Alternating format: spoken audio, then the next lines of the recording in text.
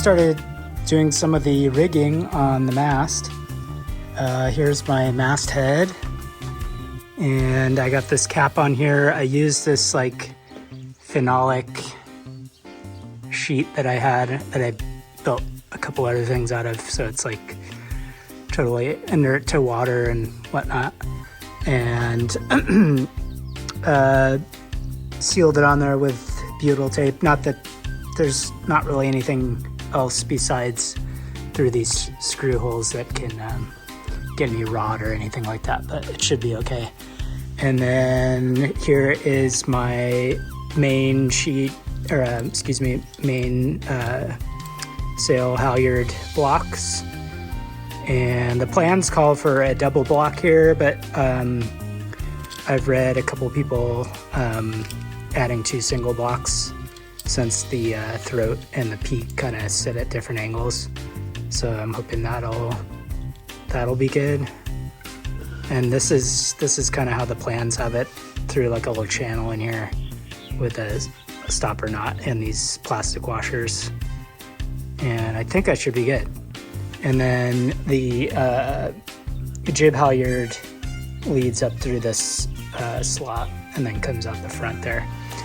Then I had this wind indicator that I got like at the swap meet or something. It was like brand new, never used, and I think it's more for a dinghy, but it had like a little really tiny little bracket with an elastic loop for it to go around you can connect it to a boom or a mast on a dinghy.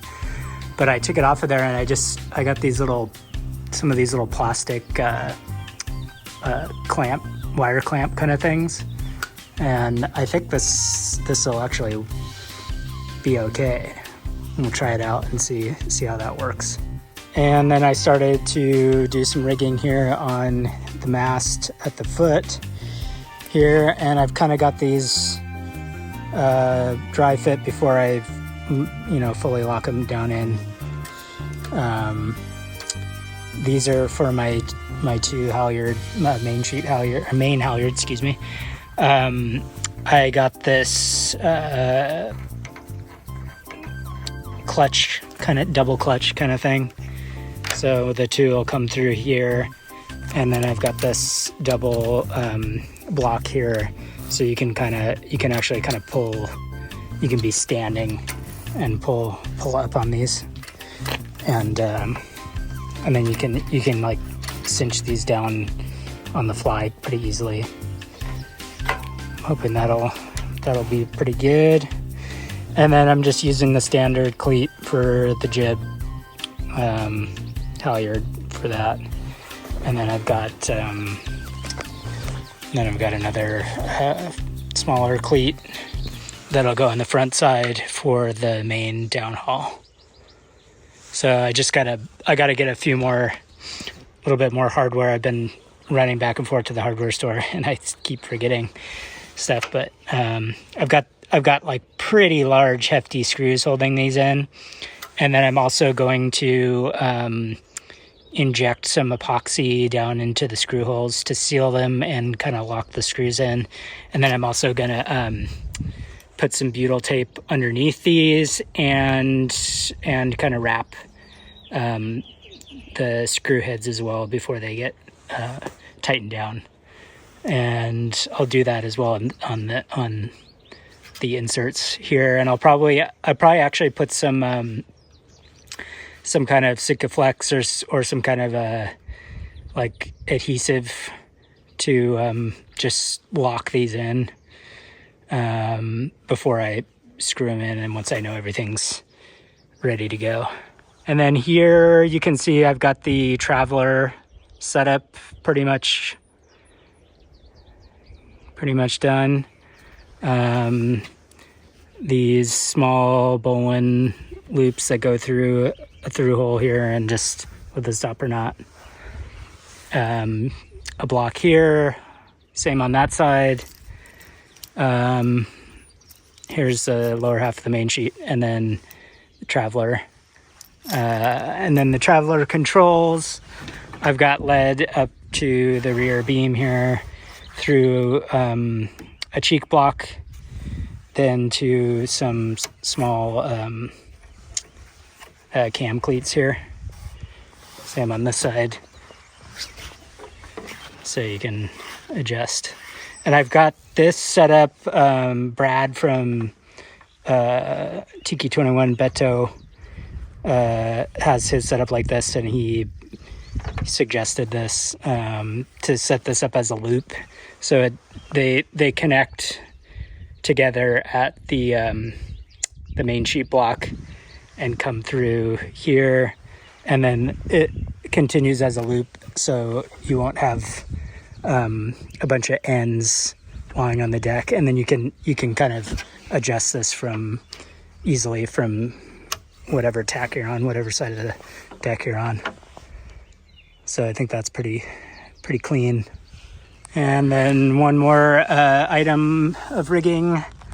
I've got these two pretty hefty stainless cleats up here, through bolted to the front beam, and those will be my anchor attachment points. Brad also has that set up on his and has worked out well for him. I just need to, I've got some washers and nylock nuts, and I'll probably backfill these, open these holes up, backfill them, and re-drill, just so they're super solid. Try not to get any rot in the beams. And then the way he does it is you just have your anchor rod set, and then you just tie some kind of like a rolling hitch or something onto it to make a bridle in between the two holes here. So I think that's a nice, pretty simple solution. And then I've been kind of thinking about this motor mount situation here. And I think what I might do is I unbolted this bracket here. That's the thing that clips in to adjust the stop height. And I want it to get up into that upper thing. So I think maybe my solution is I'm going to, might just take this to like a machine shop or something and have somebody do it for me. Is just make this at this point. So kind of just shorten this whole thing up, either have them rebend that thing there and shorten that up so it's in the right position. I'm gonna take it by this one place and see if they'll do it for me. And just like that, we have a shortened bracket. I was able to take this to a local metalwork machine shop place, and the guy did it for me like same day, so for pretty cheap. So I'm gonna throw this on there and hopefully I measure things right. I've got a little bit of wiggle room, but let's see if it fits. Okay, we have success, I think. So I can get rid of this, and now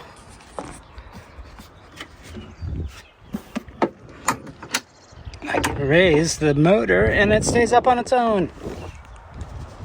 And we're right perfect here where nothing's touching the deck, nothing's hitting on the sides. So I am super stoked with that. I don't have to bother with any like auxiliary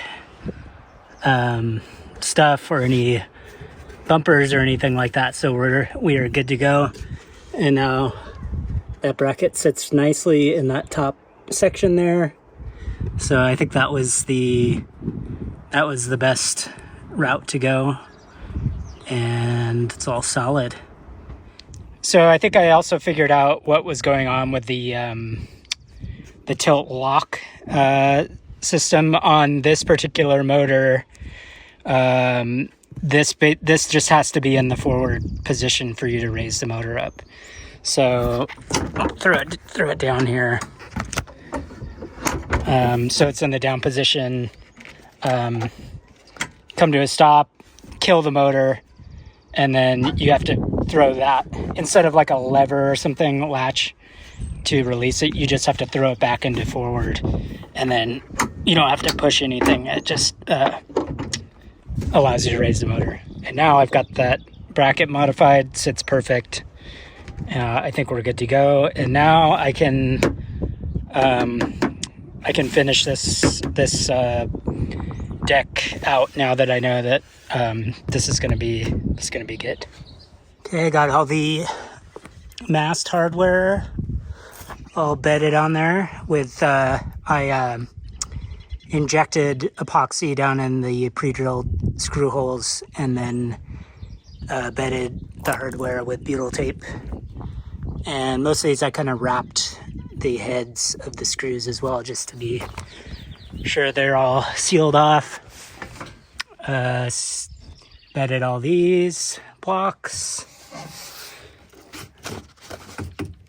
I use like super long, probably like 3.5, at least like 3.5 inch screws. So, and I bedded those in epoxy as well. So that should be good on that.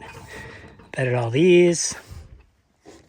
And then I bedded that little cam cleat up there for the jib downhaul. And then I kind of a little test fit of my jib sheet cleats. I have a set of these from something. It's like a double purchase. I'll go up through a block on the end of the jib and then back through here with a cleat here. I think this will be the simplest option. If not, you run a block here and then through a block and then to a cleat either on the other side of the deck or here, depending on where you're at. So I'm going to see what works best for that. I just finished priming the center deck section. I used Interlux barrier coat primer that I had some left over. So I did the bottom and the top just one coat, and I think that's probably where I'm going to leave it. At least the bottom, I think I'm just going to leave just primer for now. And then I've got like a paint on deck tread that I used on the rest of the boat that I'll just coat this the whole top of that in, I think, so it'll match the deck here. I'll show you.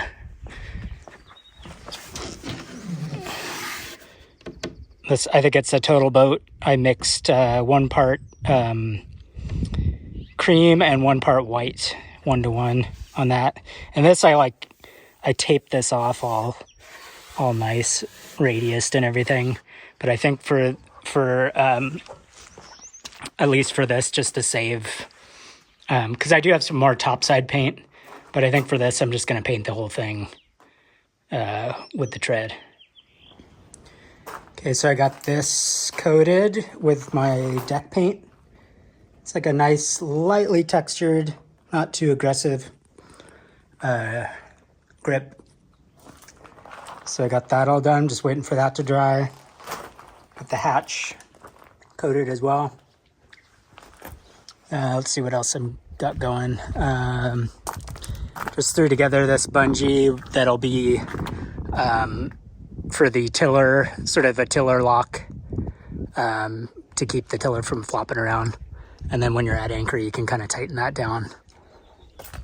Got that. And then my main focus today is getting the mast all rigged.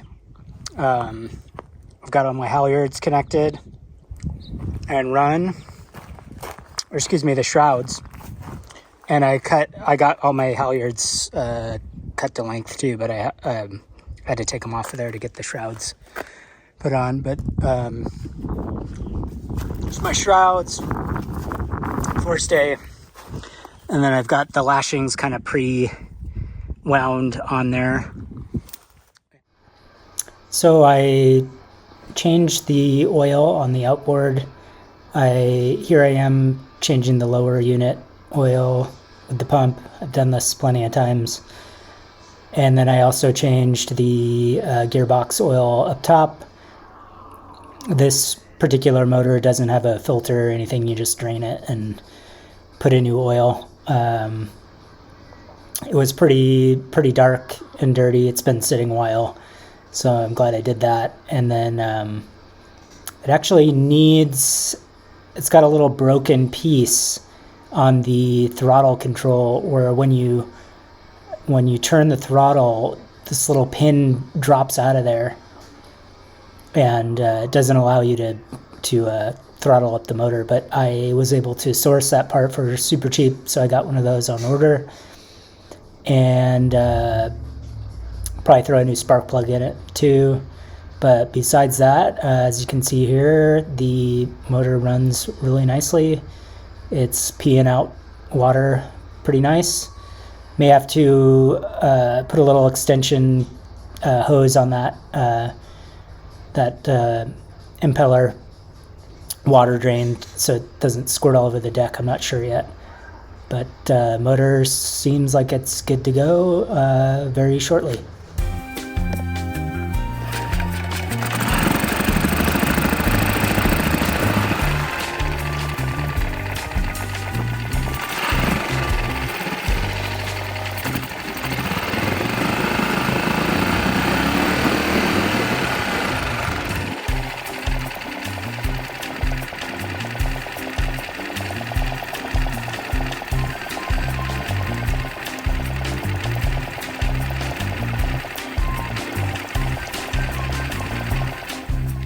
I also went around the motor with the grease gun and greased all the Zerk fittings where they needed to be, and kind of greased any little moving parts, and should be good to go now.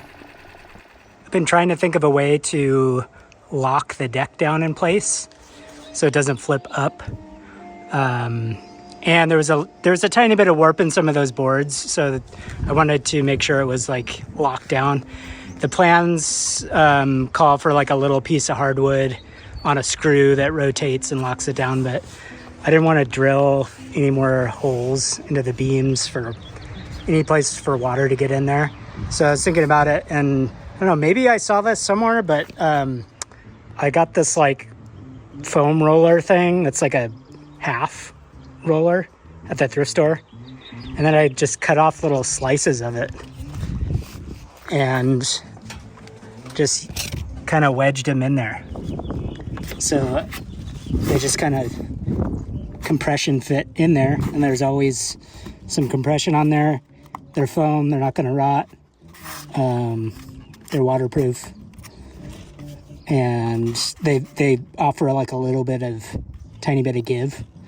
So I don't know, that's kind of a low budget good idea, and they fit up under there. They're not gonna stub your toe or anything, so we'll see how that works out.